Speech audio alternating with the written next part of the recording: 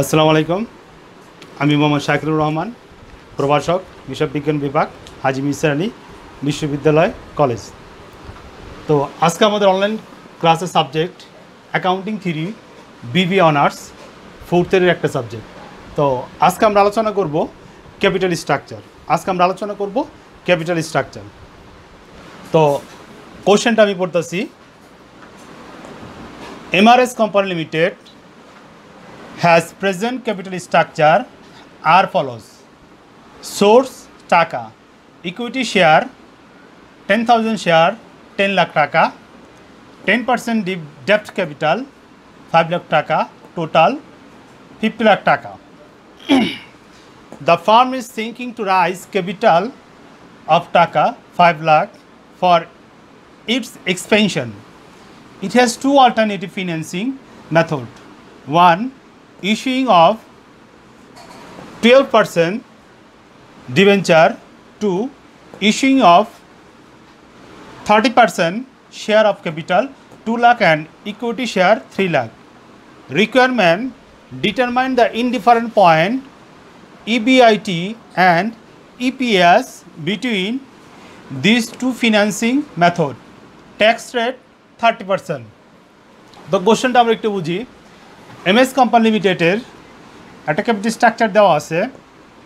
Share capital আছে 10 লাখ টাকা, শেয়ারের সংখ্যা 10,000 এবং 10% ডেপ্ট ক্যাপিটাল দেওয়া আছে 5 লাখ টাকা, টোটাল ক্যাপিটাল 15 লাখ টাকা। তো কোম্পানি চিন্তা করছে যে আরও 5 লাখ টাকা দরকার, এবং কেন দরকার? প্রজেক্টটা এক্সপেনশন করার জন্য। এবং কোম্পানির দুইটা অল্টারনেটিভ আছে ফিন্যান্সিংয়ের। প্রথম হলো গিয়া ইস্যুইং দ্য 12% ডিবেঞ্চার, অর্থাৎ 12% লোনের মাধ্যমে টাকা সংগ্রহ করতে পারে, অথবা issuing of 13% preference share up টাকা 2 লাখ, 13% লভ্যাংশে 2 লক্ষ টাকা প্রিফারেন্স শেয়ারের মাধ্যমে সংগ্রহ করতে পারে, এবং ইকুইটি শেয়ার 3 লাখ, এবং শেয়ার বিক্রি করে 3 লাখ টাকা সংগ্রহ করতে পারেন। এখানে রিকোয়ারমেন্টে বলা হয়েছে ডিটারমাইন দ্য ইনডিফারেন্ট পয়েন্ট, অর্থাৎ EBIT and EPS between this two financing method, এবং ইপিএস নির্ণয় করো। তো এখন আমরা দেখাবো প্রপোজ ক্যাপিটাল স্ট্রাকচার, অর্থাৎ যদি কোম্পানি 5 লক্ষ টাকা সংগ্রহ করে, তখন অল্টারনেটিভ বা মেথড 1 অথবা মেথড 2তে তার টোটাল ক্যাপিটাল স্ট্রাকচারটা কী হবে সেটা দেখাবো। ইকুইটি শেয়ার ক্যাপিটাল মেথড 1-এ 10 লক্ষ টাকা,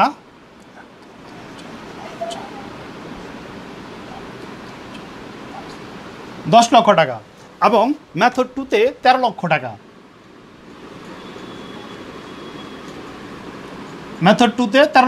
কারণ মেথড 2তে যে টাকাটা সংগ্রহ করা হবে 5 লক্ষ টাকা, 2 লাখ টাকা সংগ্রহ করবে 13% প্রিফারেন্ট স্টকের মাধ্যমে, এবং 3 লক্ষ টাকা সংগ্রহ করবে ইকুইটি শেয়ারের মাধ্যমে। ইকুইটি শেয়ার পূর্বে ছিল 10 লক্ষ টাকা, নতুন করে অ্যাড হবে কত? 3 লক্ষ টাকা। তো এখানে টোটাল কত? 13 লক্ষ টাকা। 10% ডেপ্ট ক্যাপিটাল, 10% ডেপ্ট ক্যাপিটাল 5 লক্ষ টাকা,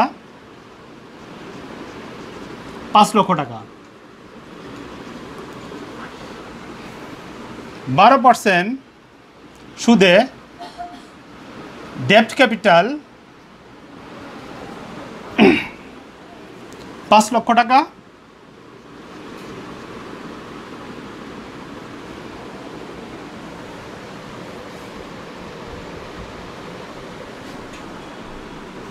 জিরো। 13% প্রিফার্ড শেয়ার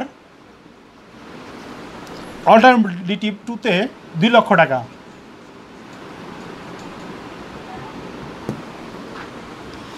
এবং এখানে শেষ। টোটাল ক্যাপিটাল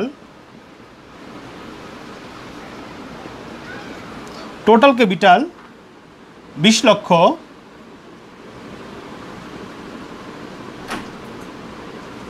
20 লক্ষ, টোটাল ক্যাপিটাল 20 লক্ষ। তো আবার একটু রিভিউ করি আমরা।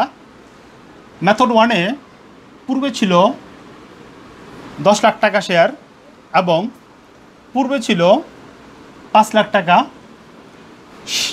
লোন এবং নতুন করে 12% সুদে 5 লক্ষ টাকা নিল, তো টোটাল হইলে 20 লক্ষ টাকা। এবং মেথড 2-তে আগে ছিল 10 লাখ টাকা এবং নতুন করে ইকুইটি শেয়ারের ইস্যু করলো 3 লক্ষ টাকা এবং ডেট আগে ছিল 5 লক্ষ টাকা 10% ইন্টারেস্টে এবং 12% ডেপ্টে মেথড 2-তে নাই, 13% প্রিফারেন্স শেয়ার 2 লক্ষ টাকা, টোটাল 13, 5, 2 = 20 লক্ষ টাকা। তো এটা ছিল আমার প্রপোজ ক্যাপিটাল, এটা ছিল আমার প্রপোজ ক্যাপিটাল স্ট্রাকচার। এখন আমরা করব ইবিআইটি। তো এখন আমরা নির্ণয় করব ইনডিফারেন্ট পয়েন্ট। তো ইনডিফারেন্ট পয়েন্টের সূত্র আমরা জানি EBIT minus tax, EBIT minus interest 1 minus T PD number of share, EBIT interest 1 minus T minus PD N2। এখানে আমরা N1 দ্বারা অল্টারনেটিভ 1-এর N1 বুঝাইছি, N2 দ্বারা অল্টারনেটিভ নাম্বার অফ শেয়ার বোঝানো হয়েছে, I1 দ্বারা ইন্টারেস্ট অফ মেথড 1-এর ইন্টারেস্ট বোঝানো হয়েছে, I2 দ্বারা মেথড 2-তে ইন্টারেস্টটা বোঝানো হয়েছে, P1 দ্বারা অল্টারনেটিভ বা মেথড 1-এর প্রেফারেন্স ডিভিডেন্ড বোঝানো হয়েছে এবং PD2 দ্বারা অল্টারনেটিভ 2-এর লভ্যাংশ বোঝানো হয়েছে। তো আমরা একটু ক্যালকুলেশনটা দেখি এখানে। ফেস ভ্যালু পার শেয়ার, তো আমাদের শেয়ার ক্যাপিটাল ছিল 10 লক্ষ টাকা এবং শেয়ারের সংখ্যা ছিল 10,000। তো 10 লক্ষর যদি আমরা 10,000 ভাগ দিই তখন পার শেয়ারের দাম কত হয়? 100 টাকা। অর্থাৎ মেথড 1 অথবা অল্টারনেটিভ 1-এর শেয়ারের সংখ্যা কত? 10,000। তো এখানে N1 = 10,000 এবং মেথড 2-তে আমরা 3 লক্ষ টাকা সংগ্রহ করব ইকুইটি শেয়ার বিক্রি করে। তো প্রিভিয়াস ছিল কত? 10,000 টাকা এবং 3 লক্ষ ভাগ 10 = 3,000 টাকা, 3,000। তো দুটো যোগ করলে হয় 13,000 শেয়ারস। এবং অল্টারনেটিভ 1-এ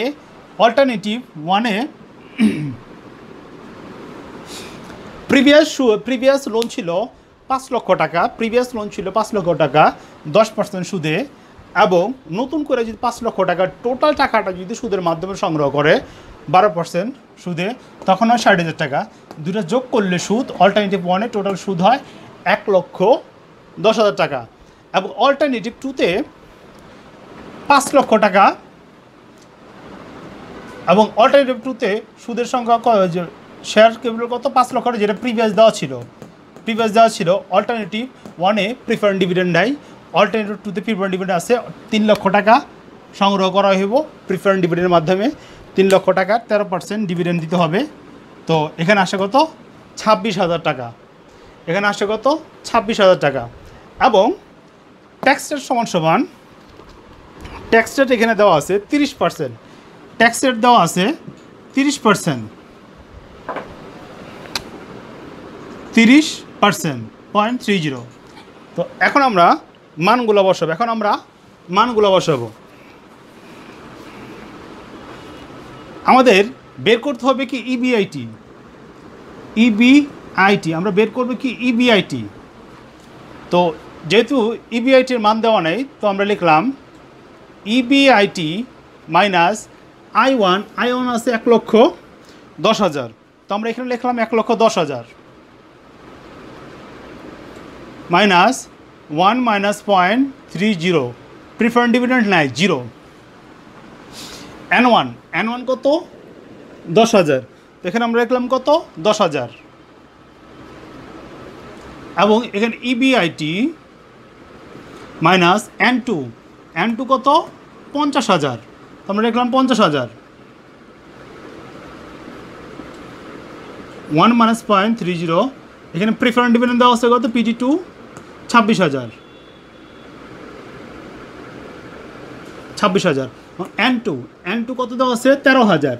N2 কত 13,000 ওকে এখন আমরা ক্যালকুলেশন করি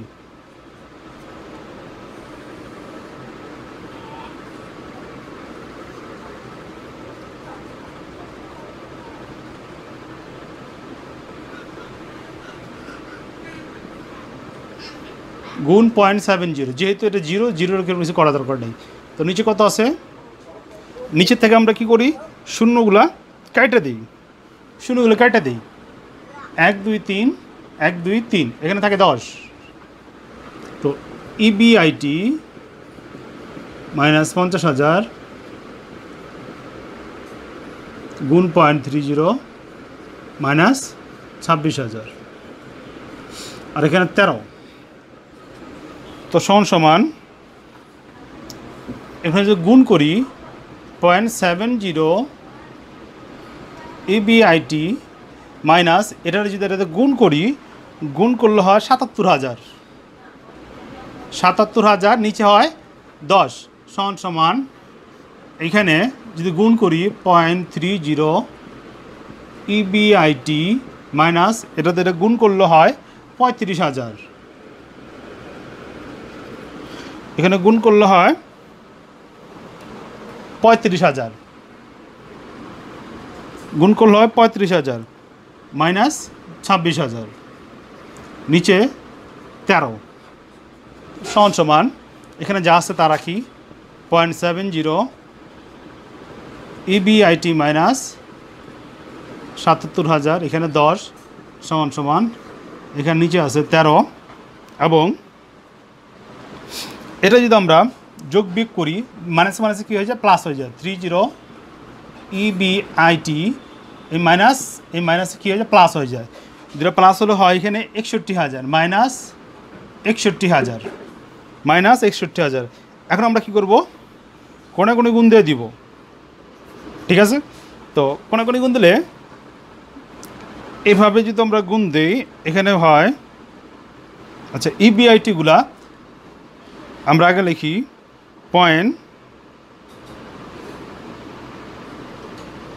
আচ্ছা 13 গুণ 0.70 EBIT মাইনাস 77,000 সমান 10.30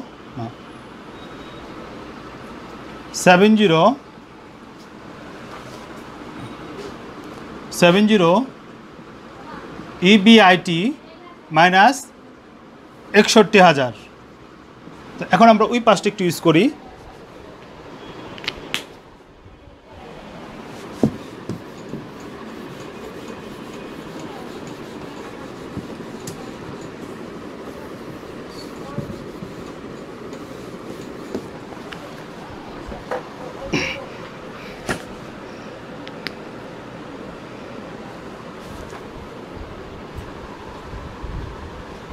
তো আমরা যদি 13 কোণাকোণি গুণ করলে এখানে হয় 9.1 EBIT মাইনাস 13 যদি 7,000 গুণ দেই তো 10,01,000 মাইনাস 7 EBIT মাইনাস 61,000 তো এখন আমরা EBITগুলো আলাদা করব EBITগুলো আলাদা করব 9.1 EBIT মাইনাস 7 EBIT সমান এটা মাইনাস আছে তো এ পাশে চলে গেলে প্লাস হয়ে যাব 1,0,0,1,0,0,0 মাইনাস 61,000 সমান তো এটা যদি আমরা বিয়োগ দিই এখানে আসে 2.1 EBIT সমান এটা থেকে যদি এটা বিয়োগ দিই এখানে আসে 3,91,000 3,91,000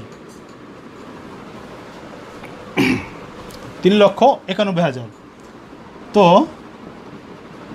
EBIT সমান ভাগ 3,91,000 ভাগ 2.1 সমান EBIT সমান 1,86,190 অতএব EBIT সমান 1,96,190 তো আমরা অঙ্কের একটা পার্ট ইবিআইটি শেষ করলাম। এখন আমরা দেখাইব ইপিএস কিভাবে বের করব। এখন আমরা দেখাইব ইপিএস কিভাবে বের করব। এখন আমরা ক্যালকুলেশন করব ইপিএস। এখন আমরা ক্যালকুলেশন করব ইপিএস, আর্নিং পার শেয়ার। তো আমরা জানি ইপিএস ক্যালকুলেশন করার ফার্স্ট স্টেজ হইতাছে, এখন আমরা ইপিএস নির্ণয় করব। তো ইপিএস দেওয়া আছে 1,86,190, 1,86,190। তো ইন্টারেস্ট ওয়ানে দেওয়া আছে 1,10,000, 1 2 3 4, এবং বিতে দেওয়া আছে 50,000, 1 2 3 4। ইবিআইটি থেকে ইন্টারেস্ট বাদ দিলে আমরা পাই ইবিটি, আর্নিং বিফোর ট্যাক্স। এখানে বিয়োগ দিলে হয় 76,190, এবং এখানে হয় 1,36,190। এখন আমরা কি করব? ট্যাক্স ক্যালকুলেশন করব। ট্যাক্স ক্যালকুলেশন কোনটার উপর, অ্যামাউন্টের উপর করব? ইবিআইটির উপর। ইবিআইটির উপরে যদি ট্যাক্স ক্যালকুলেশন করি, প্রথমটা হয় 22,857, প্রথমটা হয় 22,857, এবং দ্বিতীয়টা হয় 40,857, 40,857। এবং ইবিআইটি থেকে ট্যাক্স বাদ দিলে পাওয়া যায় ইএটি। কি পাওয়া যায়? ইএটি কত বিয়োগ করলে হয় 53,333, এবং মেথড 2তে হয় 95,333। এবং এরপর লেস দিতে হইব প্রিফারেন্ট ডিভিডেন্ড। মেথড 1-এ প্রিফারেন্ট ডিভিডেন্ড নাই, তার মানে যে ব্যালেন্সটা আছে এইটাই নেমে যাব, 53,333। মেথড 2তে প্রিফারেন্ট ডিভিডেন্ড আছে 26,000, তো আমরা লিখলাম কত? 26,000। তো 26,000 বিয়োগ দিলে হয় 59,333। তো নাম্বার অফ শেয়ার আমরা আগে বের করছিলাম। মেথড 1-এ কত? 10,000, এবং মেথড 2তে কত? 13,000। তো ইপিএস বের করার নিয়ম হলো গিয়া ইএটি থেকে নাম্বার অফ শেয়ার বাদ দিতে হবে, অর্থাৎ 53,333 থেকে 10,000 ভাগ দিতে হবে। ভাগ দিলে এখানে কত হয়? 5.33, এবং এখানে হয় 5.33। তার মানে দুইটা সেম আছে, প্রুভড। তার মানে দুইটা সেম আছে। তো আমরা এখানে প্রুভ করলাম, যদি ইপিএস মেথড 1-এ 1,46,190 টাকা হয়, এবং মেথড 2-তে যদি 1,46,190 টাকা হয়, তখন দুইটা কোম্পানির ইপিএস সমান হবে। তো আমাদের আজকের লেকচার এখানে সমাপ্তি। পরবর্তী লেকচার দেখার জন্য আমন্ত্রণ রইল।